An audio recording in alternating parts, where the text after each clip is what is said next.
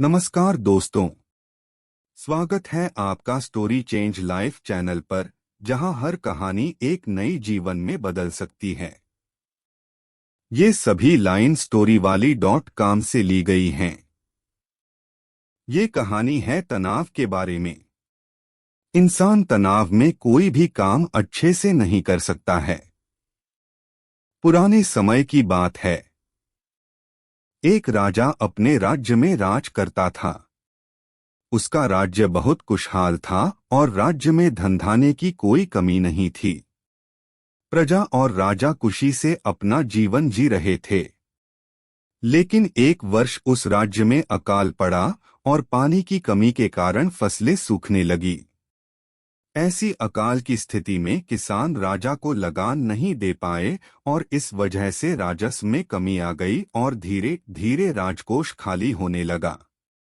ये सब होने से राजा का तनाव अब बहुत बढ़ गया था। वो हर वक्त सिर्फ यही सोचता कि राज्य का खर्च कैसे चलेगा।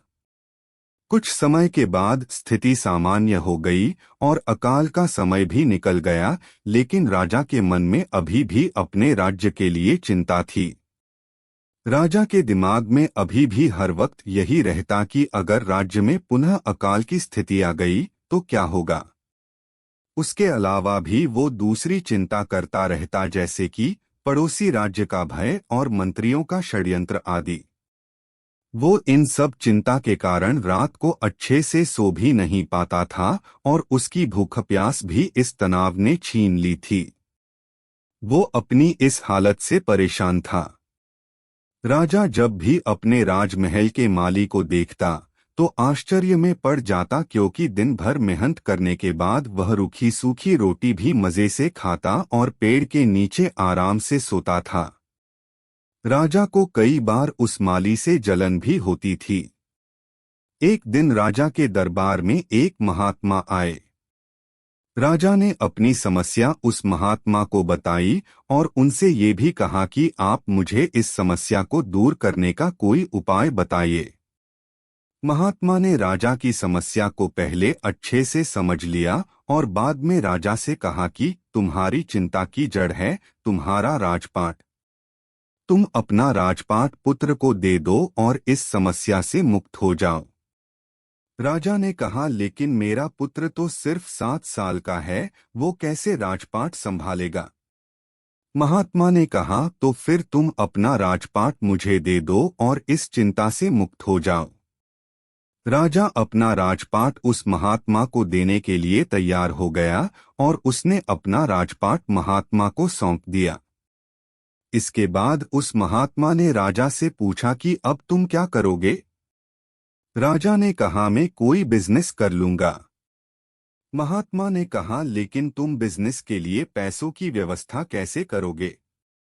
अब तो सारा राजपाट मेरा है और इसलिए राजकोष के धन पर भी सिर्फ मेरा ही हक है। राजा ने कहा, कोई बात नहीं, मैं अब नौकरी कर लूंगा।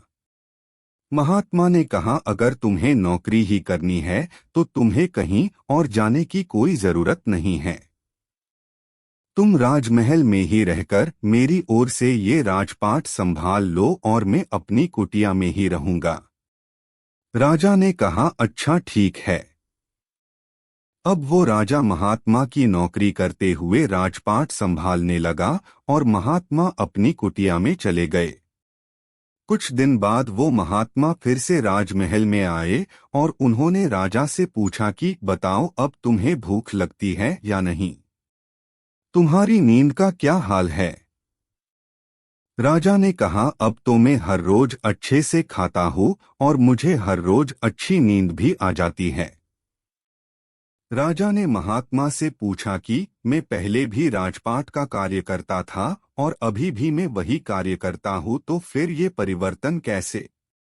महात्मा ने मुस्कुराते हुए जवाब दिया कि पहले तुमने अपने कार्य को बोझ बना लिया था और तुम हर वक्त उस बोझ को अपने दिमाग में लेकर तनाव के साथ घूमते थे, लेकिन राजपाट मुझे सौंपने से तुम अपना सारा कार्य अपना कर्तव्य समझकर करते हो और इसलिए ही तुम अब तनाव मुक्त हो गए हो।